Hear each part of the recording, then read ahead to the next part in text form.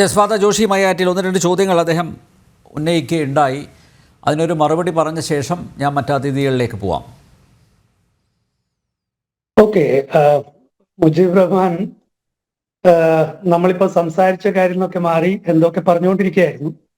ഞാനിവിടെ കൃത്യമായിട്ട് പറഞ്ഞൊരു കാര്യം, ഇവിടെ ഒരു നിയമം 1995 കോൺഗ്രസ് സർക്കാർ പടച്ചുണ്ടാക്കിയ ഒരു നിയമം, അത് കോൺസ്റ്റിറ്റ്യൂഷന് വിരുദ്ധമായത്, ഇന്ത്യൻ മതേതരത്വത്തിന് നിരക്കാത്തത്, ഇന്ത്യൻ ജനാധിപത്യത്തിന് നിരക്കാത്തത്. ആ നിയമത്തിലെ പഴുതുകൾ വളരെ തന്ത്രപരമായി ഉപയോഗിച്ചുകൊണ്ട് വഖഫ് ബോർഡിന്റെ തലപ്പത്തേക്ക് കഴിഞ്ഞ ഏതാനും കുറെ നാളുകളായി വന്നിട്ടുള്ള തലതിരിഞ്ഞ നേതാക്കന്മാർ അഥവാ റാഡിക്കലൈസ്ഡ് ആയിട്ടുള്ള ആളുകൾ, അവർ കാണിച്ചു കൂട്ടുന്ന കോപ്രായങ്ങൾ, ഇത്രയേ ഞാൻ പറഞ്ഞിട്ടുള്ളൂ. വേറൊന്നും ഞാൻ ഇത് നേരത്തെ സംസാരത്തിലൊന്നും പറഞ്ഞില്ലല്ലോ, നമ്മൾ കൃത്യമായിട്ട് കേട്ടത്. പിന്നെ മുജീബ് റഹ്മാൻ അതിനെക്കുറിച്ചൊന്നും പറയാനില്ലാത്തത് കൊണ്ട് ഇപ്പോൾ എന്തൊക്കെ പറഞ്ഞു വെച്ചു. ഏതായാലും മുജീബ് റഹ്മാൻ ഒരു കാര്യം ചെയ്തോളൂ. 1967 നമ്മുടെ പറവൂർ സബ് കോർട്ടില് നടന്ന കേസാണ്. അപ്പോ മുജീബ് റഹ്മാൻ ഇവിടെ പറഞ്ഞ് തെറ്റിദ്ധരിപ്പിക്കാൻ ശ്രമിച്ച ഒരു കാര്യമുണ്ട്. അതായത് ഇത്രയും നാളുകൾ ഇവിടെയൊക്കെ തർക്കങ്ങൾ നടന്നു, അതെന്തുകൊണ്ടാണെന്നാണ് ഫാദർ ജോഷി മയ്യാറ്റിൽ പറയാത്തത് എന്നാണ്. അതെന്തുകൊണ്ടാണെന്ന് എല്ലാവർക്കും അറിയാം.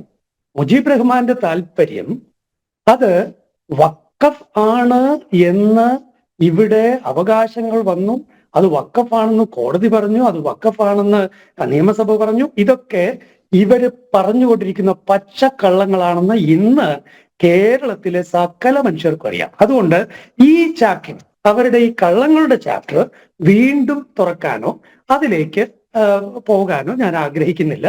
വളരെ പ്രകടമാണ് ഈ ഭൂമി വഖഫ് ആണോ അല്ലയോ എന്ന് ഇതുവരെ ഒരു കോടതിയും പറഞ്ഞിട്ടില്ല എന്നുള്ളത് കേരള സർക്കാർ നിയോഗിച്ച ജുഡീഷ്യൽ കമ്മീഷന്റെ ജസ്റ്റിസ് തന്നെ കൃത്യമായി പറഞ്ഞിട്ടുള്ള കാര്യമാണ്. എന്ന് മാത്രമല്ല, ഈ ഡിസംബർ മാസത്തില്, കഴിഞ്ഞ ഡിസംബർ മാസത്തില് ശ്രീ ജോസഫ് പെന്നിയൊക്കെ കൊടുത്തിരുന്ന ആ ഒരു കേസില് ഹൈക്കോടതിയിൽ നിന്ന് തന്നെ വന്നല്ലോ, ഇത് വഖഫാണോ അല്ലയോ എന്നുള്ള വിഷയത്തില് നിങ്ങൾ സിവിൽ കോടതിയിലേക്ക് പോകുവിൻ. അപ്പൊ അതിന്റെ അർത്ഥം എന്താണ്? വഖഫാണോ അല്ലയോ എന്നുള്ള വിഷയം അത് ഈ കോടതികൾ ഇതുവരെ വിധി പറഞ്ഞിട്ടില്ല എന്ന് തന്നെയാണ്. സിവിൽ കോടതി എന്ന് വെച്ചാൽ ഈ വിഷയമാകുമ്പോഴേക്കും സ്വാഭാവികമായിട്ടും ട്രൈബ്യൂണലില് എന്ന അർത്ഥത്തിലേക്കാണ് അത് വരുന്നത്. നോക്കൂ, അപ്പൊ അതുകൊണ്ട് ഒരു കോടതി ഇപ്പോൾ വഖഫ് ട്രൈബ്യൂണലിൽ ഈ ഒരു വിഷയമുണ്ട്, അതായത് ഇത് വഖഫാണോ അല്ലയോ എന്നുള്ള ആ ചോദ്യം നിലനിൽക്കുന്നു, ആ കേസ് നടക്കുന്നു. അത് മാത്രമാണ് ഈ വിഷയത്തിൽ മുന്നോട്ട്, ഈ വിഷയം ഫോക്കസ് ചെയ്തുകൊണ്ടുള്ള കേസ് അത് മാത്രമാണ്. അല്ലാതെ നിയമസഭ ഒരിക്കലും പറഞ്ഞിട്ടില്ല. ഇവിടെ ഇവരെല്ലാവരും പറഞ്ഞ് തെറ്റിദ്ധരിപ്പിക്കാൻ ശ്രമിച്ച കാര്യം, നിയമസഭയിൽ ഇത് വഖഫാണെന്ന് നിയമസഭ ഡോക്യുമെന്റ് ഉണ്ടെന്ന്, ആ ഡോക്യുമെന്റ് ഒന്ന് വായിച്ചു നോക്കി, ഇതെല്ലാം നമ്മുടെ കയ്യിലുണ്ടല്ലോ. അപ്പോ ഫാറൂഖ് കോളേജിന്റെ വക എന്ന് പറഞ്ഞാൽ പിന്നെ ഒരു ഫ് കൂടി ഇട്ടുകൊടുത്ത് അത് വഖഫാക്കി മാറ്റുന്ന മുജീബ് റഹ്മാൻമാര് വളരെ എളുപ്പം. അവർക്ക് വക കണ്ടാൽ പിന്നെ ഫ് കൂടി ഇടാൻ വളരെ എളുപ്പമാണ്. അതുകൊണ്ട് മുജീബ് റഹ്മാൻമാര് പറയുന്ന പച്ചക്കള്ളങ്ങൾ ഏതായാലും പൊതുജനത്തിന് മനസ്സിലായിട്ടുണ്ട്. ഇപ്പോ 1967 ഈ കേസ് എന്തായിരുന്നു? ഈ കേസ് അവിടെ ചിറകെട്ടിയതിനെ കുറിച്ചുള്ള വിഷയമായിരുന്നു. അവിടെ ആ ചിറകെട്ടിയതിന് അതിനെ തടയുന്നത്, അതിനെതിരെ കേസ് വരുന്നത് ഇവിടെയാണ്. നോക്കൂ, വളരെ കൃത്യമായി ഈ സംഗതിയിൽ പറഞ്ഞു വെച്ചിരിക്കുകയാണ്. മുജീബ് റഹ്മാൻ ഇപ്പോ പറയാൻ ശ്രമിക്കുന്ന കാര്യമുണ്ടല്ലോ, മുജീബ് റഹ്മാൻ ഇപ്പൊ ആകെപ്പാടെ വേണ്ടത് അവിടെ സർവേ നടത്തണം എന്നുള്ളതാണ്. കാരണം എന്താണെന്നറിയാവോ?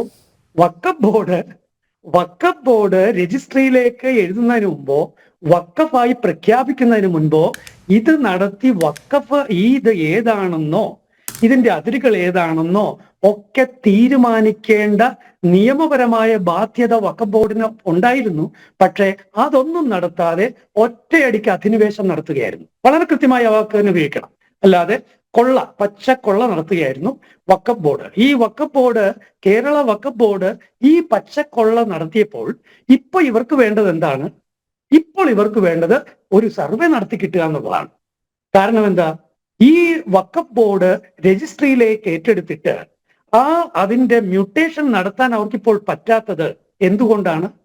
അത് അവര് വഖഫ് രജിസ്ട്രിയിലേക്ക് എഴുതിയെടുത്തത് ഈ പറഞ്ഞ സർവേയോ കാര്യങ്ങളോ ഒന്നും നടത്താതെയും അതിരുകളൊന്നും തിരിക്കാതെയൊക്കെ ആയിരുന്നു. ചുരുക്കി പറഞ്ഞാൽ കൊള്ളക്കാർ ചെയ്യുന്ന അതേ രീതി, നിയമപരമായ രീതിയാണെങ്കിൽ ഇപ്പൊ സർക്കാരിൻ്റെതാണെന്നാണല്ലോ മുജീബ് റഹ്മാൻ പറഞ്ഞത്.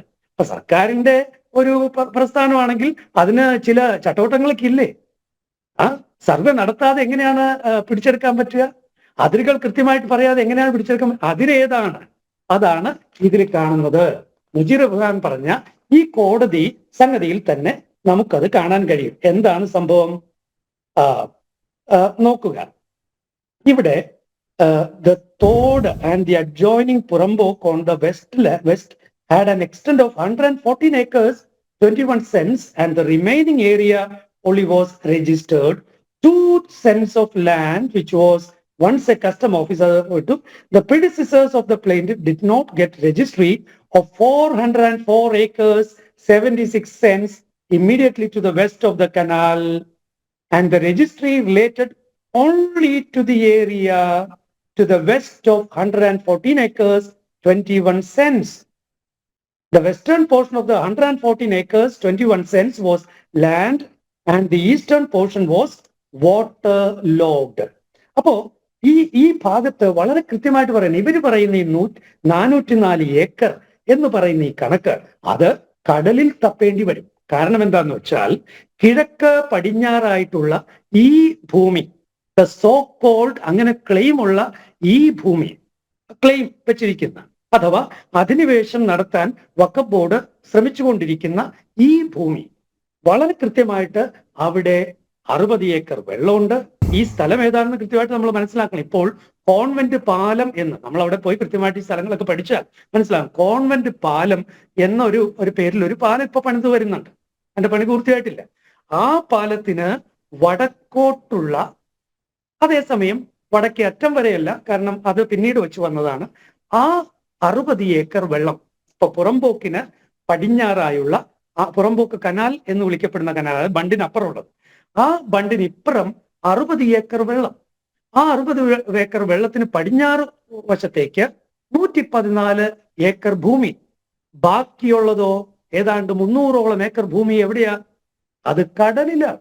അതുകൊണ്ട് മുജീബ് റഹ്മാൻ താങ്കള് കടലില് അന്വേഷിക്കുക, അല്ലാതെ ഇവിടെ ചാനൽ ചർച്ചയിൽ വന്നിരുന്നിട്ട് 404 ഏക്കർ എവിടെ പോയി, അതൊക്കെ ആര് പിടിച്ചെടുത്തു എന്നൊക്കെ ചോദിച്ചിട്ട് കാര്യമില്ല.